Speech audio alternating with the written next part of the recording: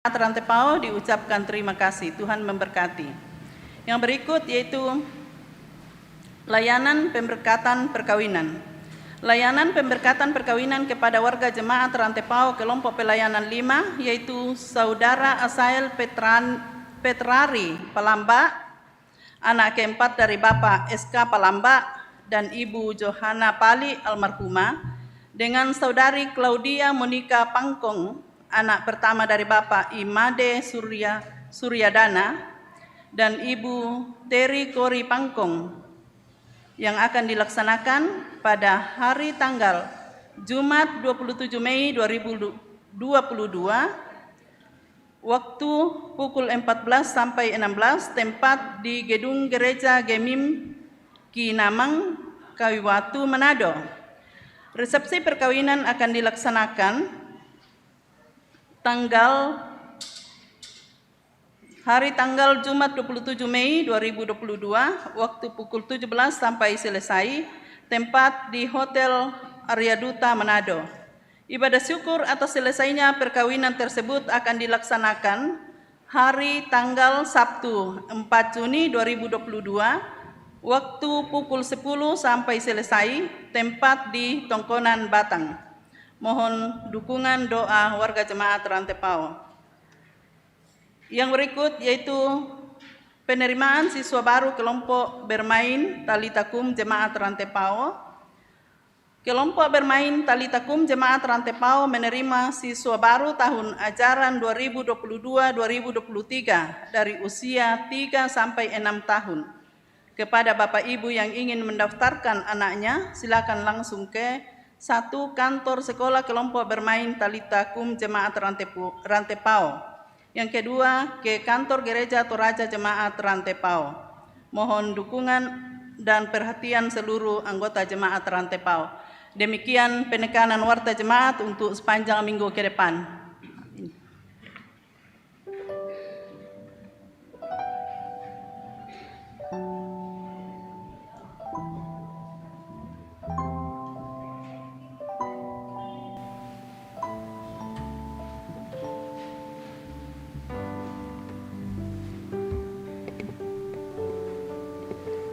Shalom, selamat malam Bapak Ibu, saudara-saudara sekalian.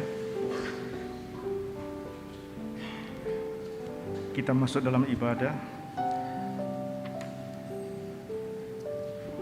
Terpujilah Allah atas kasih dan kemurahan-Nya yang telah dinyatakan dalam sepanjang perjalanan kehidupan kita.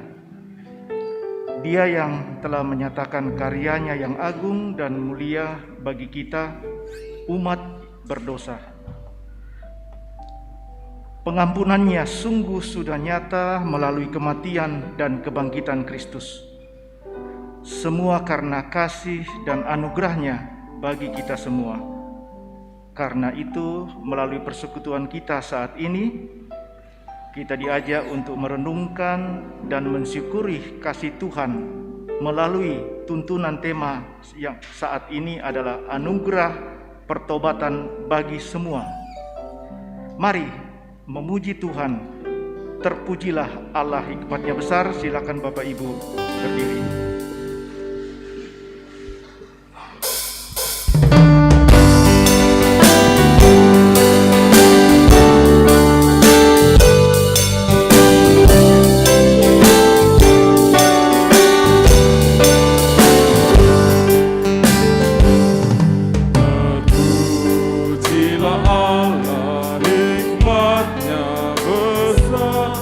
Begitu kasihnya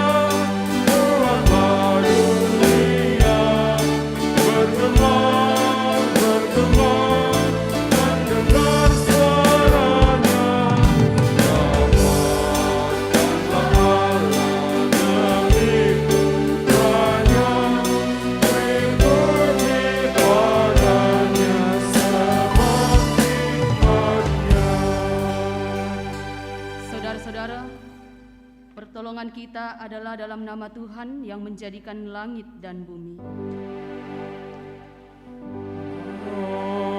Amin. Amin. Salam sejahtera dalam kasih Kristus bagi kamu sekalian.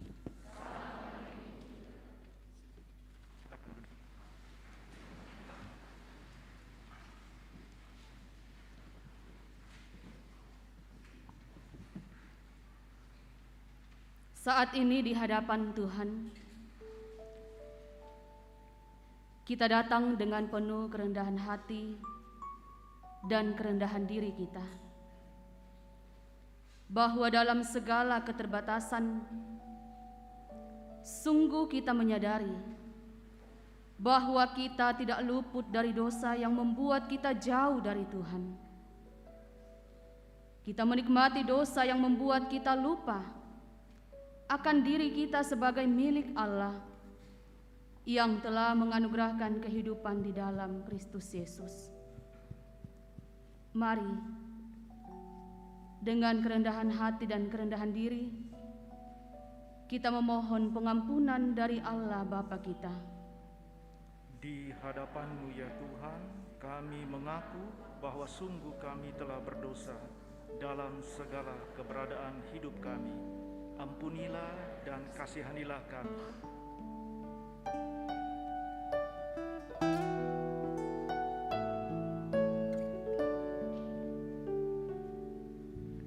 Tuhan kasihani,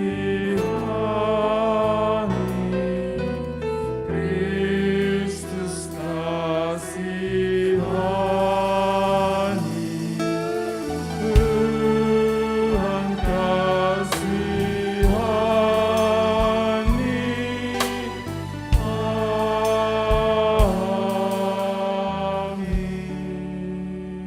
Kepada kita sekalian yang tunduk dalam penyesalan dosa, berita anugerah dinyatakan kembali.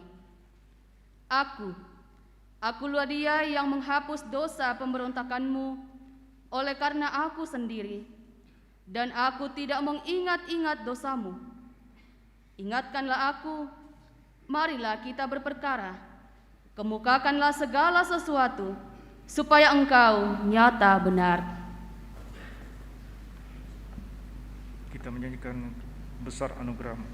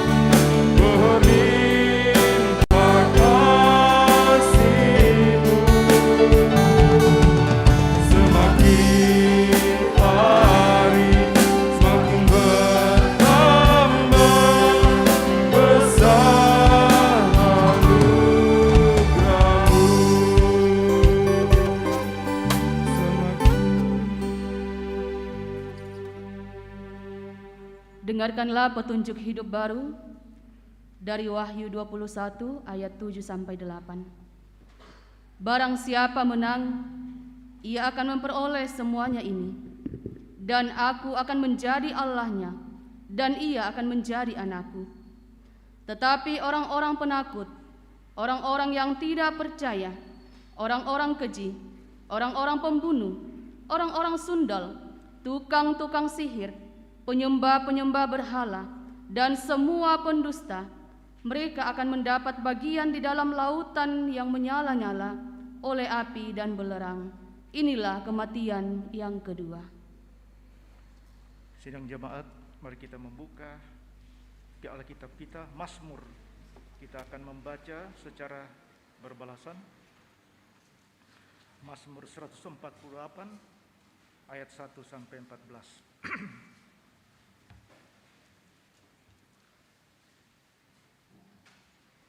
Langit dan bumi, pujilah Tuhan.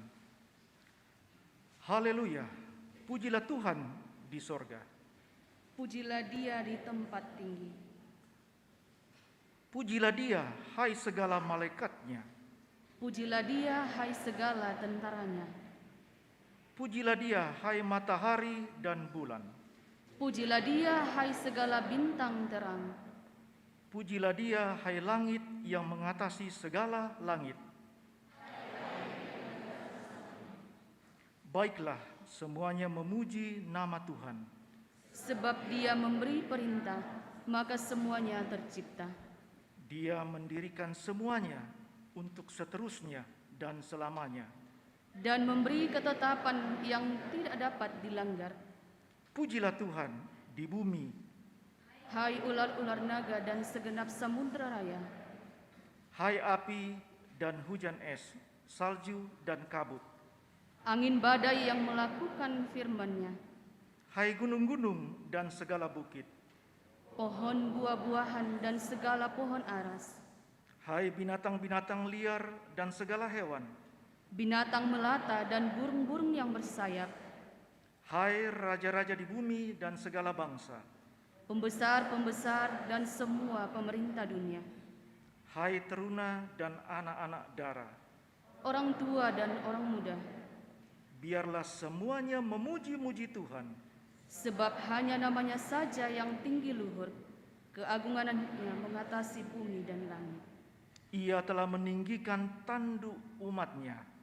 Menjadi puji-pujian bagi semua orang yang dikasihinya.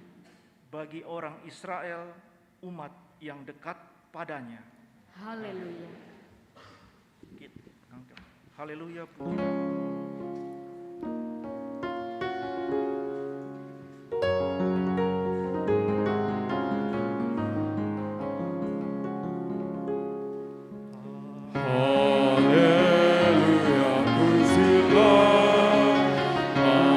Allah dalam rumahnya. Puji kemuliaan-Nya di bentangan yang teguh. Puji Allah, haleluya. Maha kuasa dan benar, perbuatannya besar. Puji Dia, haleluya.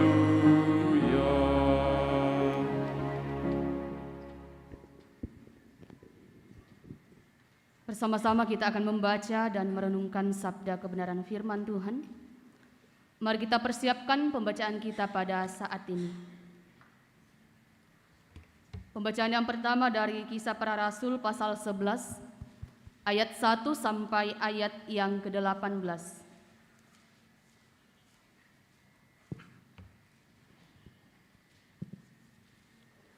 Pembacaan yang kedua dari kitab Wahyu pasal 21 ayat 1 sampai ayat yang ke-8.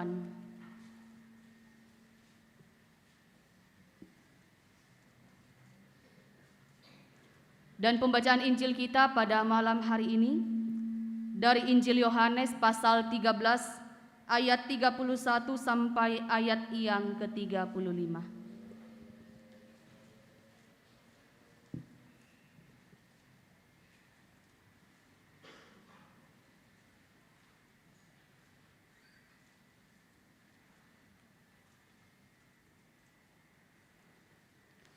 Sebelum kita membaca dan merenungkan firman Tuhan yang telah tersedia di hadapan kita pada saat ini, mari kita memohon tuntunan kuasa Roh Kudus dalam doa. Mari kita berdoa. Sungguh besar anugerah-Mu ya Tuhan, sungguh melimpah kasih-Mu dalam segala keberadaan kehidupan kami selaku umat Tuhan.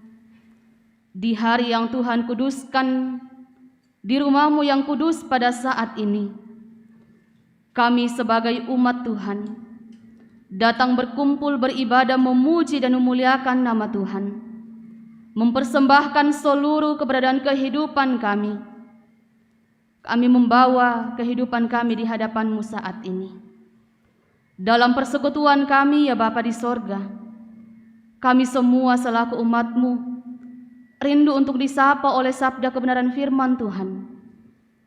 Kami mohon kuasa Roh Kudus memberkati kami semua, menyertai kami, sehingga firman-Mu yang akan kami baca bahkan kami renungkan bersama-sama boleh betul-betul kami pahami, boleh mengambil bahagian dalam kehidupan kami, dan kami dimampukan untuk terus menjadi pelaku dari firman Tuhan. Hamba-Mu yang penuh keterbatasan, yang akan Tuhan pakai untuk menyampaikan firman Tuhan yang sungguh tidak terbatas. Kiranya kuasa Roh Kudus senantiasa memberkati, sehingga boleh berbicara dengan baik, menyampaikan firman Tuhan kepada umat-Mu. Bapa di sorga, berbicaralah kepada kami semua, sebab kami telah bersedia untuk mendengarkan Engkau. Di dalam Kristus kami berdoa. Amin.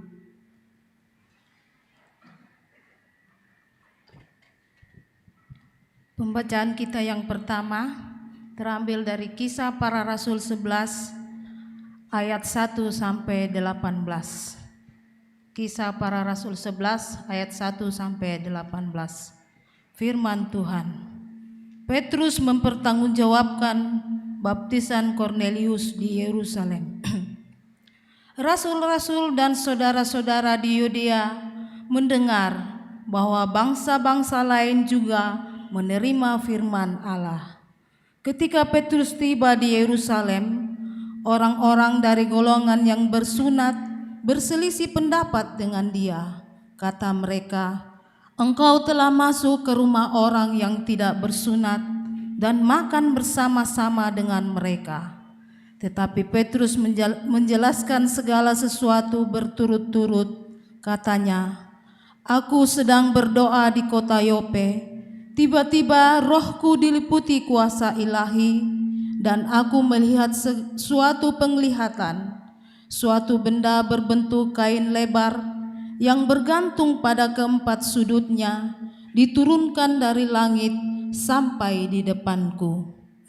Aku menatapnya dan di dalamnya aku lihat segala jenis binatang berkaki empat dan binatang liar dan binatang menjalar dan burung-burung. Lalu aku mendengar suara berkata kepadaku, 'Bangunlah hai Petrus, sembelilah dan makanlah.' Tetapi aku berkata, 'Tidak Tuhan, tidak. Sebab belum pernah sesuatu yang haram dan yang tidak tahir masuk ke dalam mulutku.' Akan tetapi untuk kedua kalinya suara dari sorga berkata kepadaku, 'Apa yang dinyatakan halal oleh Allah tidak boleh engkau nyatakan haram.' Hal itu terjadi sampai 3 kali, lalu semuanya ditarik kembali ke langit. Dan seketika itu juga 3 orang berdiri di depan rumah di mana kami menumpang. Mereka diutus kepadaku dari Kaisarea. Lalu kata Roh kepadaku, pergi bersama mereka dengan tidak bimbang. Dan 6 saudara ini menyertai aku. Kami masuk ke dalam rumah orang itu, dan ia menceritakan kepada kami bagaimana ia melihat seorang malaikat berdiri di dalam rumahnya dan berkata kepadanya, 'Suruhlah orang ke Yope untuk menjemput Simon yang disebut Petrus. Ia akan menyampaikan suatu berita kepada kamu yang akan mendatangkan keselamatan bagimu dan bagi seluruh isi rumahmu. Dan ketika aku mulai berbicara, turunlah roh ke atas mereka, sama seperti dahulu ke atas kita. Maka teringatlah aku akan perkataan Tuhan, Yohanes membaptis dengan air, tetapi kamu akan dibaptis dengan Roh Kudus. Jadi, jika Allah memberikan karunia-Nya kepada mereka, sama seperti kepada kita pada waktu kita mulai percaya kepada Yesus Kristus, bagaimanakah mungkin aku mencegah dia? Ketika mereka mendengar hal itu, mereka menjadi tenang, lalu memuliakan Allah, katanya. Jadi kepada bangsa-bangsa lain juga Allah mengaruniakan pertobatan yang memimpin kepada hidup. Demikian firman Tuhan. Amin.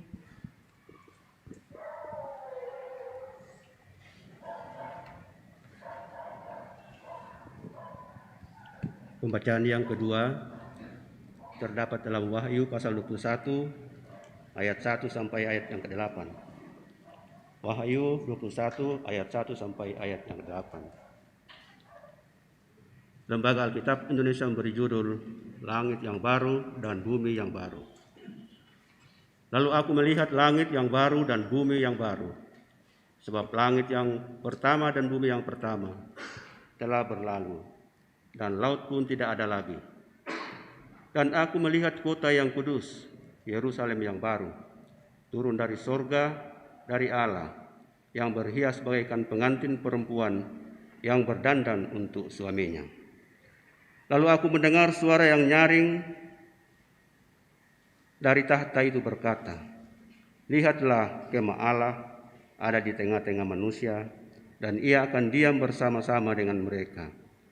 Mereka akan menjadi umat-Nya, dan Ia akan menjadi Allah mereka, dan Ia akan menghapus segala air mata dari mata mereka, dan maut tidak akan ada lagi.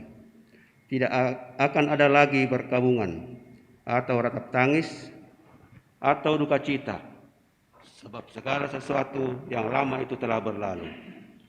Ia yang duduk di atas tahta itu berkata, lihatlah, aku menjadikan segala sesuatu baru. Dan firman-Nya, tuliskanlah, karena segala perkataan ini adalah tepat dan benar.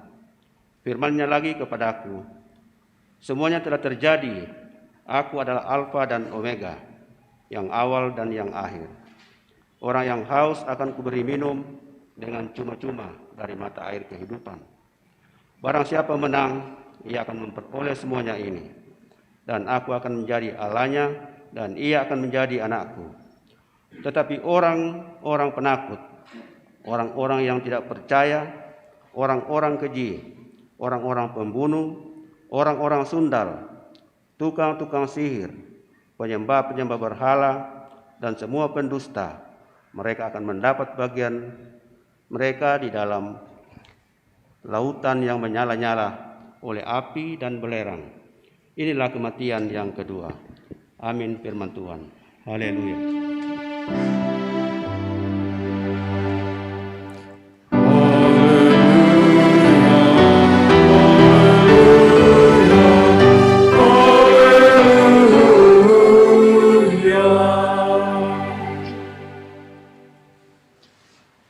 Injil Yohanes pasal 13 ayat 31 sampai ayat yang ke-35.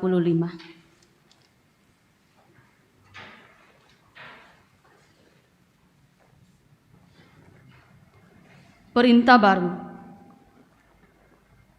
Sesudah Yudas pergi, berkatalah Yesus, sekarang Anak Manusia dipermuliakan dan Allah dipermuliakan di dalam Dia. Jikalau Allah dipermuliakan di dalam Dia, Allah akan mempermuliakan Dia juga di dalam dirinya, dan akan mempermuliakan Dia dengan segera. Hai anak-anakku, hanya seketika saja lagi Aku ada bersama kamu. Kamu akan mencari Aku, dan seperti yang telah Aku katakan kepada orang-orang Yahudi, ke tempat Aku pergi, tidak mungkin kamu datang. Demikian pula Aku mengatakannya sekarang juga kepada kamu. Aku memberikan perintah baru kepada kamu, yaitu supaya kamu saling mengasihi. Sama seperti aku telah mengasihi kamu, demikian pula kamu harus saling mengasihi. Dengan demikian, semua orang akan tahu bahwa kamu adalah murid-muridku, yaitu jikalau kamu saling mengasihi. Demikian Injil Kristus. Kurhe sumanga kuang.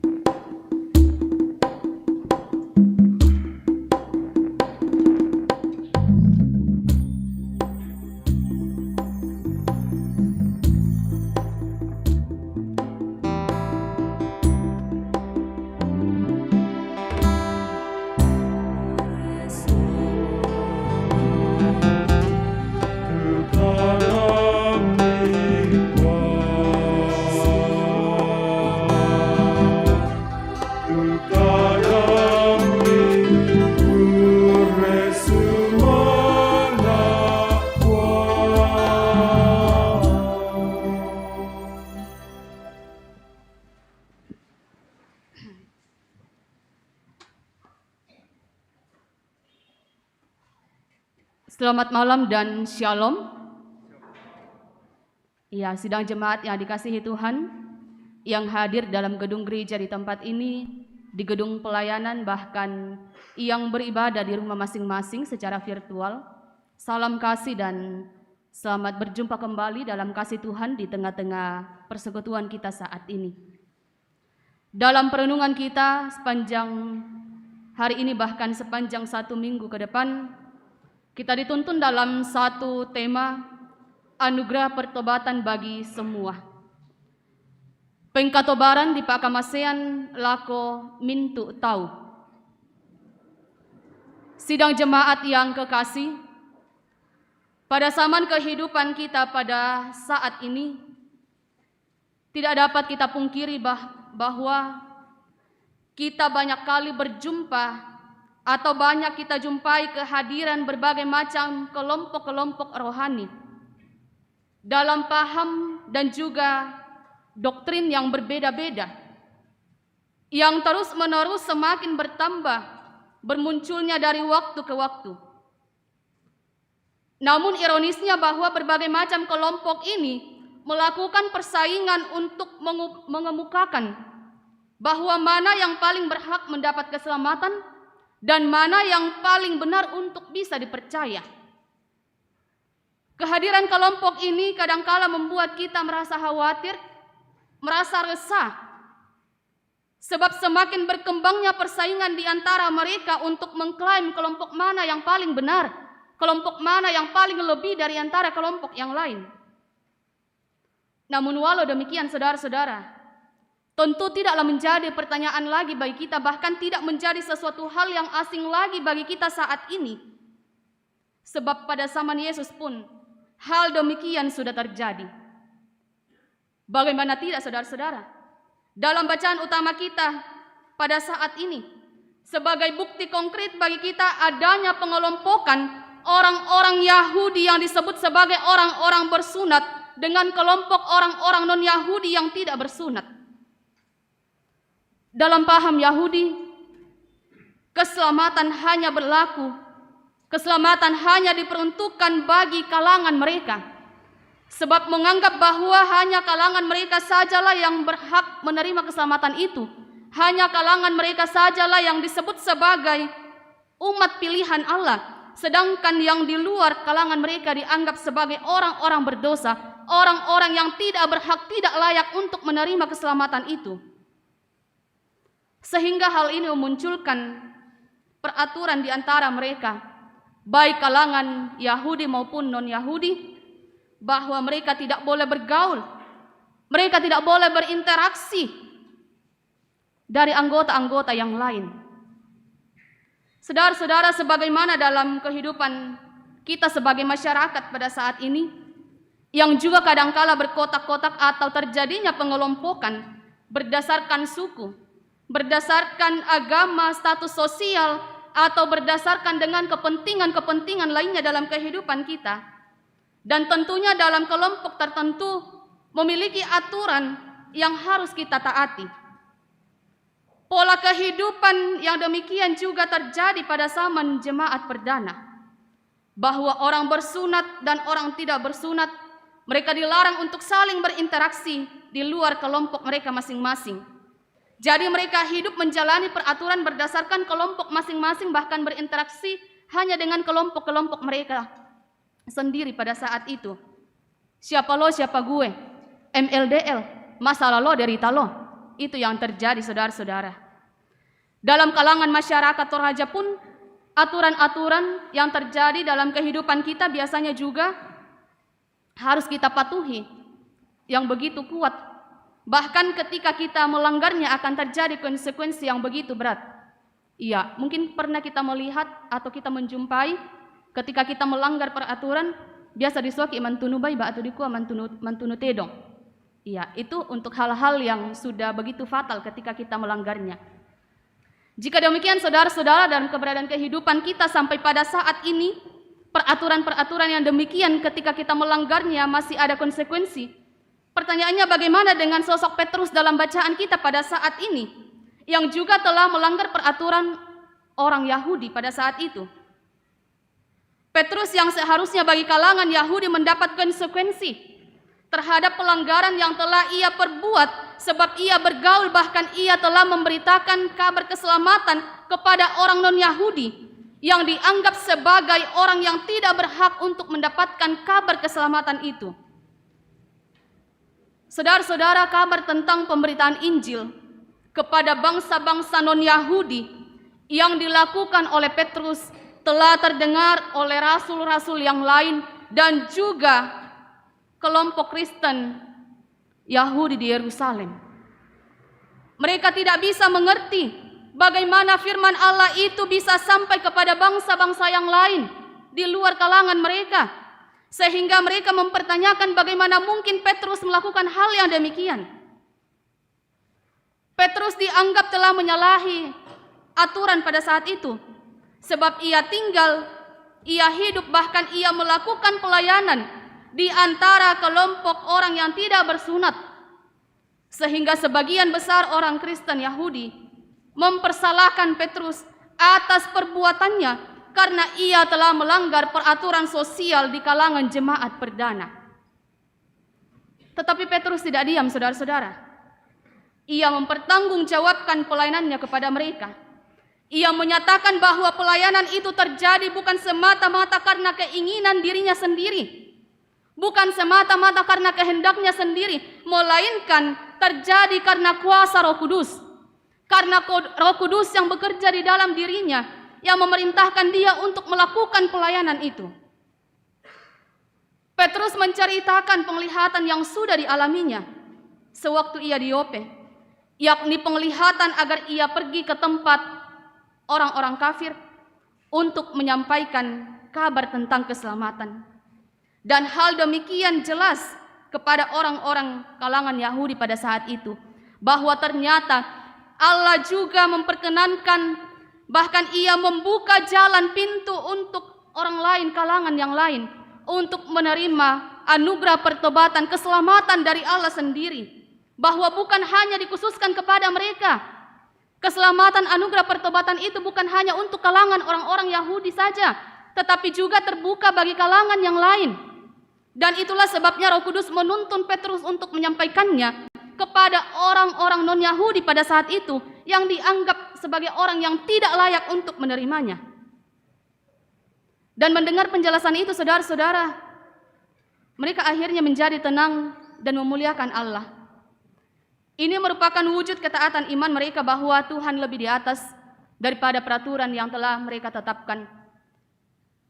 Dan menyatakan bagi kita semua bahwa ternyata anugerah keselamatan itu harus disampaikan kepada semua orang, bukan hanya bagi kita sendiri saja. Dari firman Tuhan pada saat ini, saudara-saudara, kita belajar beberapa hal. Yang pertama, bahwa peraturan yang ditetapkan oleh manusia ternyata tidak semuanya akan menuntun kita pada kebenaran berdasarkan dengan firman Tuhan. Jadi mengapa tidak untuk kita luruskan? Jika ada peraturan-peraturan yang keliru dalam kehidupan kita, yang tidak berdasarkan pada firman Tuhan, apalagi jika ditetapkan hanya berdasarkan pada hikmat manusia saja, namun semata-mata dibuat hanya untuk keuntungan-keuntungan tertentu saja. Sebab biasa dan duka ya tu tahu, unggaraga peraturan hanya demi keuntungan-keuntungan pribadi saja, atau juga kadangkala justru untuk mencerai-beraikan persatuan yang sudah ada oleh berbagai macam sebab-sebab tertentu. Dan jika hal ini terjadi dalam persekutuan umat percaya, lalu dari segi mana Allah dipermuliakan dalam pemberitaan Injil yang kita lakukan? Bahwa peraturan yang dibuat hanya berlaku bagi orang-orang tertentu saja, sehingga perlu untuk kita luruskan. Khususnya dalam pembacaan kita pada saat itu, bahwa apa yang dinyatakan haram oleh manusia belum tentu haram bagi Allah. Menjadi bukti bagi kita bahwa peraturan dalam kehidupan kita belum tentu benar adanya berdasarkan firman Tuhan. Poin yang kedua, bahwa keselamatan melalui anugerah pertobatan dari Allah harus menjangkau semua orang tanpa terkecuali. Paham orang Yahudi, saudara-saudara, jangan sampai berkembang pada kehidupan kita sampai pada saat ini, bahwa hanya kitalah sebagai orang Kristen yang berhak untuk menerima keselamatan dari Allah, untuk berhak hidup dalam pertobatan anugerah Allah. Lalu di luar kita, mereka tidak berhak untuk mendapatkannya. Jadi tidak usah kita memberitakannya, kita membagikannya kepada orang lain. Bukankah Yesus datang untuk dunia ini? Bukankah Yesus datang bagi semua orang tanpa terkecuali? Bahwa kasih-Nya begitu tidak terbatas, sehingga kabar tentang keselamatan dari Allah, berita pertobatan dari Allah, semestinya juga tidak kita batasi dalam kehidupan kita untuk kita sampaikan kepada dunia ini. Kadangkala saudara-saudara yang dikasihi Tuhan, kita hanya berfokus menginjili orang-orang yang sudah menerima Kristus, dibanding kita harus menginjili orang-orang yang belum mengenal Kristus, yang hidup di luar Kristus. Bahwa kehadiran kita setiap harinya hanya dirasakan oleh sesama kita yang satu keyakinan dengan kita, yang satu persekutuan dengan kita. Yang di luar kita itu kombu anak kalian namanya toh. Kelama tumba-tumba ya. Kita mengabaikan tugas kita yang sesungguhnya untuk memberitakan anugerah pertobatan itu kepada semua orang tanpa terkecuali. Tanpa kita menyadari bahwa tugas kita tidak hanya sebatas dengan persekutuan kita sesama kita saja, tetapi lebih daripada itu. Bagaimana mungkin pengikut Kristus terus bertambah dari hari ke hari jika sekat di antara kita masih berdiri kokoh? Bahwa kita masih membiarkan orang-orang di luar persekutuan kita untuk terus menikmati dosa, berkancang dalam dosa, sehingga mereka tidak hidup dalam pertobatan anugerah Allah dalam kehidupan mereka. Kita tidak mau memproklamasikan anugerah pertobatan kepada kalangan di luar persekutuan kita. Belanda di kuah kumuata era apalah di salaroi dome itu. Kenen nebang kilau pakilalai. Kode itu napogau kalena iya, kelama tumba-tumbai. Yang penting kita tosarani, melotarhu tulalanta, malolotarhu tulalanta. Tidaklah demikian saudara-saudara yang dikasihi Tuhan. Dalam dunia yang penuh dengan pertentangan saat ini, penuh dengan krisis, bahkan dalam batas-batas suku yang berlebihan yang semakin subur setiap harinya saudara-saudara, kehadiran umat percaya, kehadiran kekristenan kita seharusnya merangkul, bahkan menjadi jembatan-jembatan komunikasi bahwa Injil Kerajaan Allah, anugerah pertobatan dari Allah yang merupakan kabar baik, harus kita sampaikan kepada sesama kita dengan berpusat kepada Kristus. Jangan biarkan dinding pembatas antara kita dengan sesama kita menjadi kokoh, sehingga memisahkan kita dengan kelompok atau kalangan-kalangan tertentu. Terlebih dalam persekutuan kita dengan sesama kita, sesama umat percaya. Jangan sampai ada batas-batas yang menghalangi kita untuk mengabarkan kabar pertobatan. Jangan sampai ada pengelompokan-pengelompokan dalam persekutuan kita. Kita mesti menjaga diri kita dari pengelompokan-pengelompokan tersebut yang justru tidak bermanfaat bagi pelayanan kita. Sebab kadang terjadi Mangka mau dibagi kelompok, tagaraga yopi sule kelompok-kelompok kecil. Yang disebut sebagai kelompok kecil dalam kelompok. Dan mau kelompok, tak pada diopi kita kelompok-kelompok kecil, lan kelompok ya toh. Kehidupan dalam kelompok-kelompok yang justru tidak lagi menjadi berkat bagi sesama kita. Yang tidak lagi menjadi saluran pelayanan yang bermanfaat di hadapan Tuhan. Bahkan kadangkala justru menjadi alasan bagi sesama kita, saudara-saudara kita, untuk tidak lagi ikut dalam persekutuan, untuk tidak lagi mau mengaktifkan diri mereka dalam persekutuan. Belan anakku aku mua sibuk nasang ya tu tahu, soal kelompok-kelompok khususnya, kemaleki menomba dan lain sebagainya berkegiatan. Ya tu kita toh kotor-kotor torkobang miki kita katiro-tiro. Belan nata itu kelompok ta. Kita mau bergabung tidak enak juga. Dan ini tidak dapat kita pungkiri bahwa masih terjadi dalam keberadaan kehidupan kita sampai pada saat ini. Dari kalangan anak muda sampai orang tua pun masih sering kita dapati. Jadi sangat disayangkan jikalau persekutuan kita hanya itu-itu saja yang akan aktif. Dikarenakan hal demikian, kita hanya sibuk bertanya-tanya mengapa dan mengapa. Tanpa kita menyadari adakah kita telah merangkul sesama kita yang lain dengan kasih untuk menikmati persekutuan, terlebih menikmati pertobatan di dalam Kristus. Saudara-saudara yang dikasihi Tuhan, kita perlu untuk terus-menerus mengintrospeksi pelayanan kita yang sudah berjalan selama ini sampai saat ini.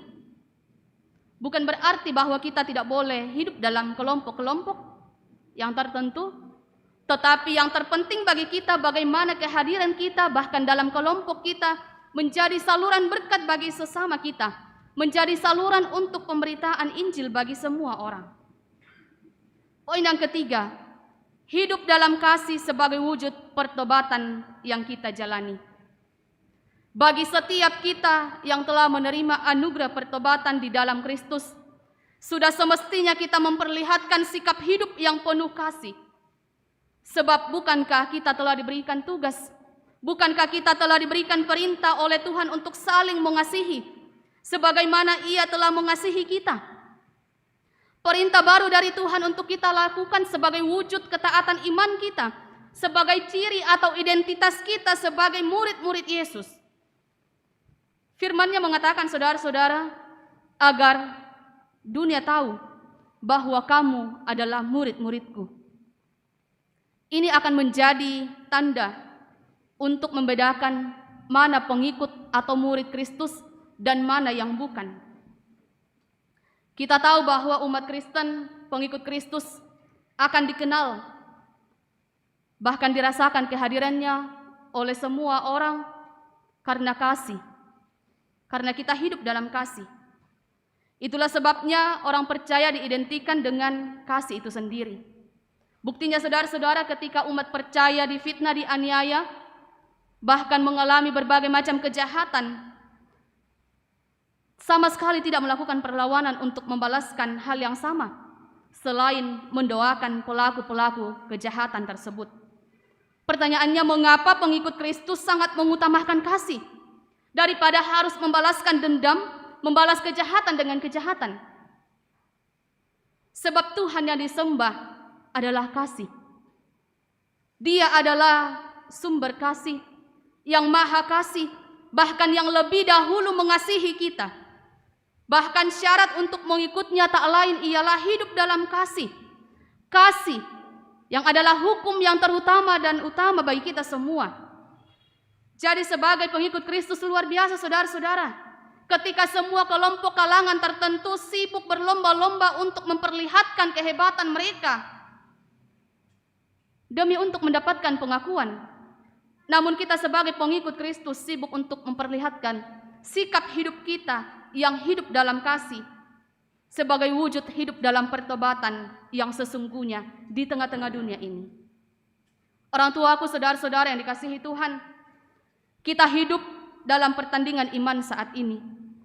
Jika kita hidup dalam pertobatan anugerah Allah, kita akan menikmati kehidupan dalam sukacita besar, kemenangan dari segala tantangan kehidupan yang kita alami.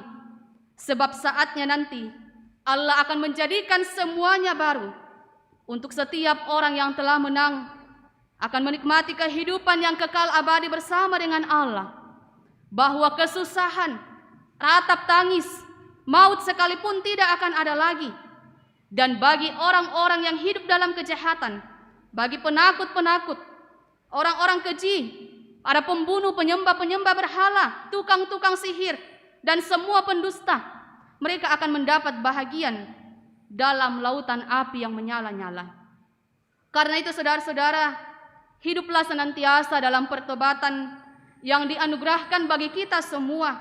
Jangan sia-siakan waktu yang Tuhan karuniakan bagi kita, tetapi mari kita menggunakan waktu kita untuk terus hidup dalam pertobatan dan juga menjadikan hidup kita sebagai berkat bagi semua, memberitakan anugerah pertobatan kepada sesama kita yang lain. Kiranya Roh Kudus mampukan kita menjalani kehidupan ini, terpujilah namanya. Amin.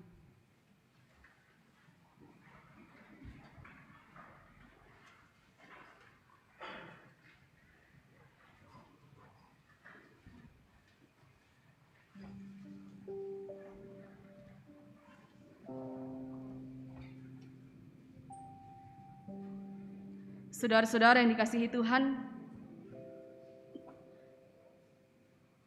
mari sejenak kita tunduk di hadapan Tuhan. Kita menghayati firman Tuhan yang telah kita dengarkan, bahwa anugerah pertobatan telah dianugerahkan bagi kita semua, sehingga sudah sepatutnya lah kita hidup di dalamnya oleh kasih karunia dari Allah. Bersama-sama kita mengucapkan doa Bapa kami. Bapa kami yang di sorga, dikuduskanlah namamu, datanglah kerajaanmu, jadilah kehendakmu di bumi seperti di sorga. Berikanlah kami pada hari ini makanan kami yang secukupnya, dan ampunilah kami akan kesalahan kami, seperti kami juga mengampuni orang bersalah pada kami. Dan jangan membawa kami ke dalam pencobaan, tetapi lepaskanlah kami daripada yang jahat, karena Engkau yang punya kerajaan dan kuasa dan kemuliaan sampai selama-lamanya. Amin. Jemaat yang dikasihi Tuhan, mari kita bersama-sama berdiri. Sebagai orang percaya di segala abad dan tempat, mari kita mengucapkan pengakuan iman kita di hadapan Tuhan melalui pengakuan iman rasuli. Aku percaya kepada Allah, Bapa yang Maha Kuasa, Khalik langit dan bumi, dan kepada Yesus Kristus, Anaknya yang tunggal, yang dikandung daripada Roh Kudus, lahir dari anak darah Maria, yang menderita di bawah pemerintahan Pontius Pilatus, disalibkan, mati dan dikuburkan, turun ke dalam kerajaan maut. Pada hari yang ketiga, bangkit pula dari antara orang mati, naik ke surga, duduk di sebelah kanan Allah, Bapa yang Maha Kuasa, dan akan datang dari sana untuk menghakimi orang yang hidup dan yang mati. Aku percaya kepada Roh Kudus, gereja yang kudus dan am, persekutuan orang kudus, pengampunan dosa, kebangkitan daging, dan hidup yang kekal. Amin. Silakan duduk.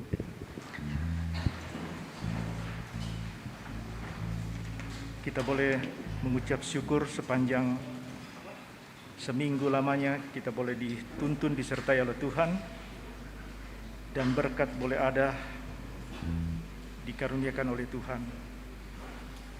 Untuk itu firman Tuhan mengatakan di dalam 1 Tawarikh pasal 16 ayat 29, berilah kepada Tuhan kemuliaan namanya, bawalah persembahan dan masuklah menghadap Dia, sujudlah menyembah kepada Tuhan dengan berhiaskan kekudusan. Sambil pundi dijalankan, kita pujikan nyanyi bawa persembahanmu dan kata-kata selanjutnya.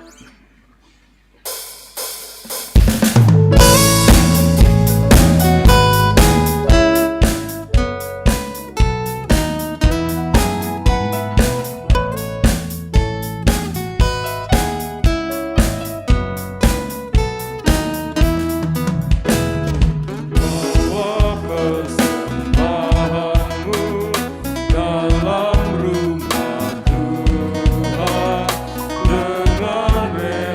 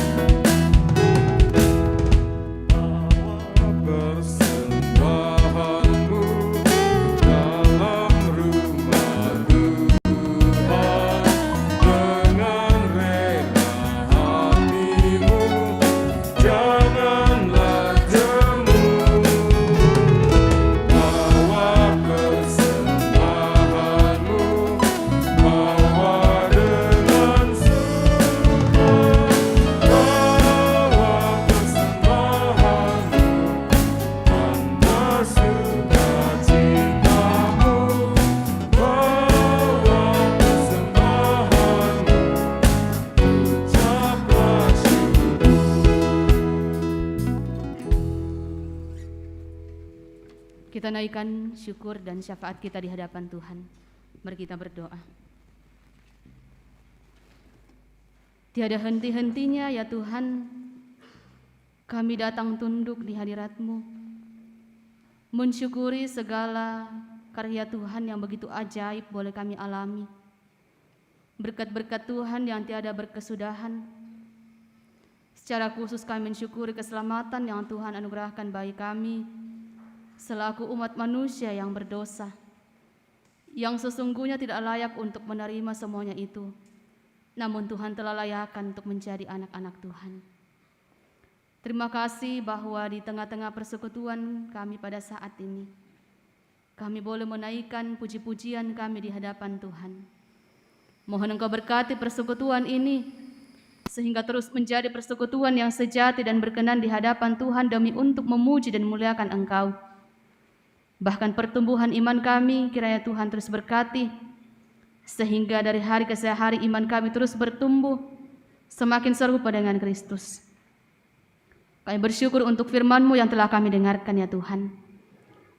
Kami sungguh percaya bahwa kuasa Roh Kudus akan memberkati kami, mampukan kami semua untuk memahami firman Tuhan dan melakukannya dalam sepanjang kehidupan ini. Tuhan Allah Bapa yang bertahta dalam kerajaan sorga, terima kasih ya Tuhan untuk keberadaan kehidupan yang Tuhan karuniakan bagi kami semua.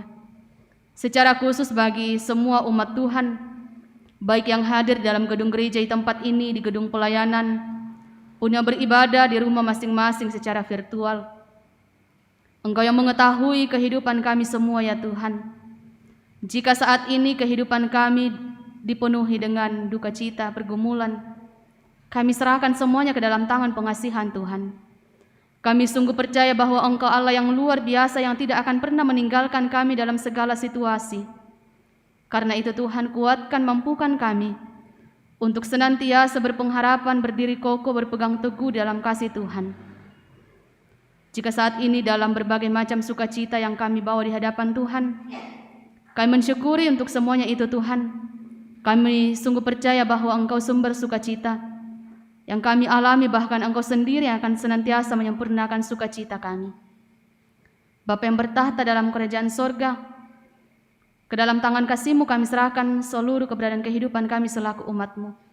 Diberkatilah kami dalam tugas pekerjaan kami setiap hari. Diberkatilah kami ya Tuhan dalam kehidupan bersama dengan keluarga kami, bahkan dalam tugas pelayanan yang Tuhan percayakan. Berkati kami dalam segala situasi kehidupan ini. Bagi setiap umat Tuhan yang saat ini bergumul oleh karena sakit penyakit, dalam warta jemaat ada 20 orang, juga bersama dengan orang tua kekasih kami, Ibu Silva Parenden, juga orang tua kekasih kami, Bapak Filipus Tibe, yang akan dioperasi di Makassar, Ibu Marta Tampang di Rumah Sakit Elim, dan juga anak kekasih kami Juan yang saat ini sedang menunggu hasil lab. Kami berharap bahwa hasil lab yang akan keluar nantinya merupakan hasil yang terbaik dan anak kekasih boleh sehat kembali. Bahkan semua yang dalam pergumulan sakit penyakit, Engkau yang senantiasa memberikan kekuatan bagi mereka, pengharapan di dalam Tuhan, bahwa sungguh Tuhan tidak pernah meninggalkan mereka dalam segala situasi kehidupan mereka. Engkau kuatkan, Engkau pakai semua yang terlibat dalam perawatan mereka untuk menjadi saluran kesembuhan bagi mereka. Jika saat ini Tuhan ada di antara umat-Mu yang bergumul mencari pekerjaan, Engkau yang senantiasa memberkati setiap usaha mereka, sehingga mereka mendapatkan hasil yang terbaik, mendapatkan pekerjaan yang sesuai yang Tuhan telah sediakan. Juga yang dalam pergumulan mencari pasangan hidup, kiranya Tuhan juga senantiasa memberkati, sehingga suatu kelak boleh diperjumpakan dengan pasangan yang sepadan, yang sesuai dengan kehendak Tuhan sendiri. Allah Bapa yang bertahta dalam kerajaan sorga, kami sungguh mensyukuri segala kebaikan-Mu ya Tuhan dalam menjalani kehidupan kami, bahwa berkat-Mu tidak pernah berkesudahan bagi kami semua. Bersama dengan saudara-saudara kekasih kami dalam warta jemaat 61 orang, yang hari ini bahkan 1 minggu ke depan boleh menikmati pertambahan usia kelahiran pun usia pernikahan mereka. Terima kasih Tuhan untuk sukacita yang begitu luar biasa, untuk berkat yang Tuhan karuniakan. Engkau yang senantiasa dimuliakan dalam setiap pertambahan usia yang boleh dialami oleh setiap umat Tuhan. Saya berdoa untuk jemaat Tuhan selaku lansia yang hadir saat ini pun yang tidak sempat hadir. Namun kami percaya bahwa Engkau Allah yang setia, memberkati, mengasihi mereka semua. Juga ya Tuhan, kami berdoa untuk rencana pemberkatan perkawinan saudara kekasih kami Asael Petrirari Palamba bersama dengan saudari Claudia Monica pada tanggal 27 Mei yang akan datang. Dan juga saudara kekasih kami Benny dengan saudari Alriani Tandirerung pada tanggal 21 Mei yang akan datang. Ke dalam tangan kasih-Mu kami serahkan semua rencana ini Tuhan. Kiranya saudara-saudara kekasih kami bahkan semua rumpun keluarga boleh mempersiapkan diri dengan baik, dan segala sesuatu yang dibutuhkan Tuhan sendiri akan memperlengkapinya, sehingga pemberkatan perkawinan ini boleh berlangsung demi untuk memuji dan memuliakan nama Tuhan sendiri. Bersyukur bersama dengan anak kekasih Atalia Manuela Kadang yang hari ini boleh menikmati bahkan menerima peneguhan sidi. Engkau yang menguatkan iman anak kekasih kami ini Tuhan dalam menapaki perjalanan kehidupan ke depan. Kami berdoa untuk rencana konvensi pendeta di Gereja Toraja yang akan dilaksanakan pada tanggal 18 sampai 21 Mei mendatang di Makassar. Ke dalam tangan kasih-Mu kami serahkan semua rencana ini Tuhan. Berkati setiap hamba-hamba Tuhan yang akan menghadiri kegiatan ini, sehingga apapun yang akan mereka perbincangkan bersama-sama, bahkan mereka lakukan semua demi untuk memuji dan memuliakan nama Tuhan, demi kelancaran pelayanan di tengah-tengah Gereja Toraja. Kami mendukung dalam doa saudara-saudara kekasih kami yang saat ini dalam keadaan duka cita, kehilangan orang-orang yang mereka kasihi. Keluarga Diaken Nyoman dan Penatua Rina Siampa yang saat ini sedang berduka. Juga keluarga Paulus Tikutondok kelompok 1B yang berduka cita atas meninggalnya kakak ipar di Rapang kemarin. Kepadamu Tuhan kami serahkan semua pergumulan kehidupan ini. Kami sungguh percaya bahwa Engkau sumber penghiburan yang sejati, kekuatan yang sejati. Karena itu Tuhan, Engkau kuatkan mereka dalam menghadapi situasi ini, sehingga mereka tetap kuat, senantiasa percaya bahwa Engkau Allah yang begitu luar biasa, yang senantiasa mengasihi mereka semua. Kami terus mendoakan untuk kelancaran rencana pelaksanaan Jambore Nasional Sekolah Minggu, bahkan juga Praya PPGT. Tuhan berkati semuanya sehingga boleh berjalan dengan baik, sesuai dan seturut dengan kehendak Tuhan sendiri. Terima kasih Tuhan untuk kesempatan dalam persekutuan kami saat ini, bahwa kami boleh menyatakan ungkapan syukur melalui persembahan kami. Engkau berkati persembahan ini Tuhan untuk kami pakai di tengah-tengah tugas pelayanan di jemaat Tuhan di tempat ini. Yang masih ada pada diri kami Tuhan berkati, untuk kami pakai melanjutkan kehidupan karunia Tuhan. Kami berdoa untuk pemerintah bangsa dan negara kami, dari pusat hingga ke pelosok tanah air, bahkan ke tempat kami di tempat ini Tuhan. Kau berkati sehingga boleh memerintah kami dengan baik berdasarkan firman Tuhan. Terima kasih Bapa di sorga. Ke dalam tangan kasih-Mu kami serahkan seluruh keberadaan kehidupan kami. Mohon ampun untuk segala dosa dan kesalahan kami, dan kami percaya bahwa kehendak-Mu yang senantiasa terjadi dalam kehidupan kami semua. Ini syukur kami, ini pengharapan kami. Di dalam Yesus Kristus kami datang kepadamu.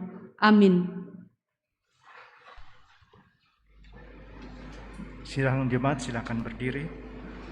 Kita kembali kepada kehidupan kita sepanjang seminggu ke depan ini. Biarlah Tuhan senantiasa menuntun kita untuk diutus di tengah-tengah keberadaan kita. Kita nyanyi Sentuh Hatiku.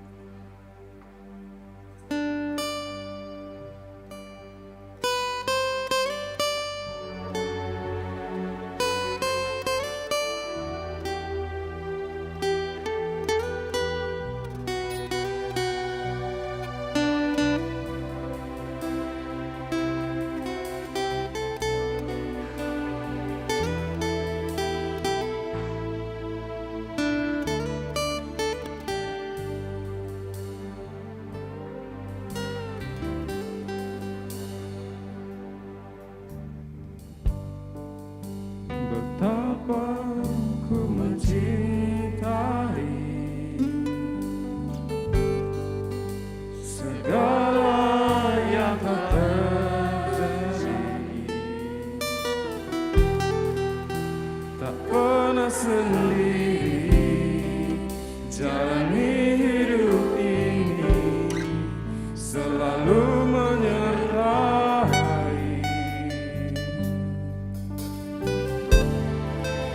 Betapa ku menyadari di dalam hidupku ini Kau selalu memberi dan jangan terbaik oleh karena kasih.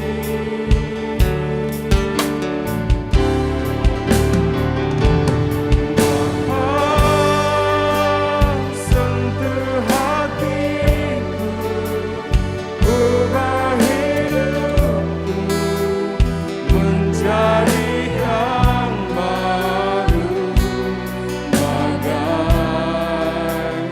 emas yang murni. Kau membentuk bejana hatiku.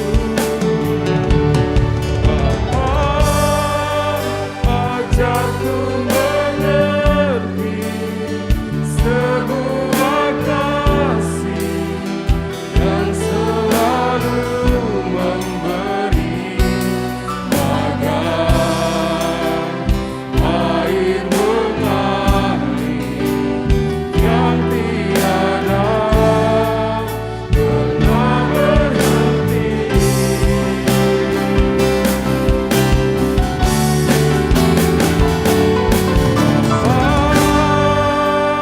Sentuh hatiku, ubah hidupku menjadi yang baru, bagai emas yang murni.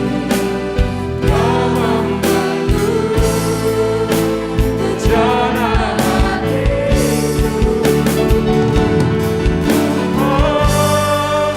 Ajarku mengerti sebuah kasih yang selalu memberi, bagai air mengalir yang tiada pernah berhenti, bagai air mengalir yang tiada pernah berhenti. Saudara-saudara yang dikasihi Tuhan, pergilah dan lakukanlah sabda Tuhan. Jadikanlah hidupmu sebagai pelaku firman Tuhan, sebab anugerah pertobatan telah diberikan bagi kita semua. Kami siap hidup dalam pertobatan anugerah Tuhan. Mari kita arahkan hati dan pikiran kita kepada Tuhan dan kita terima berkat-Nya. Kiranya Allah mengasihani kita dan memberkati kita. Kiranya Ia menyinari kita dengan wajah-Nya. Amin. Kita angkat pujian syukur untuk menutup ibadah kita, pujian perubahan besar.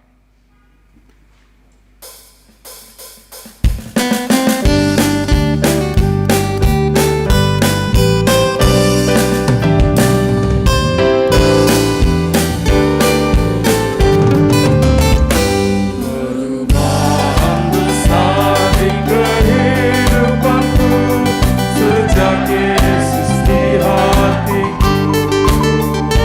Di jiwaku bersinar terang yang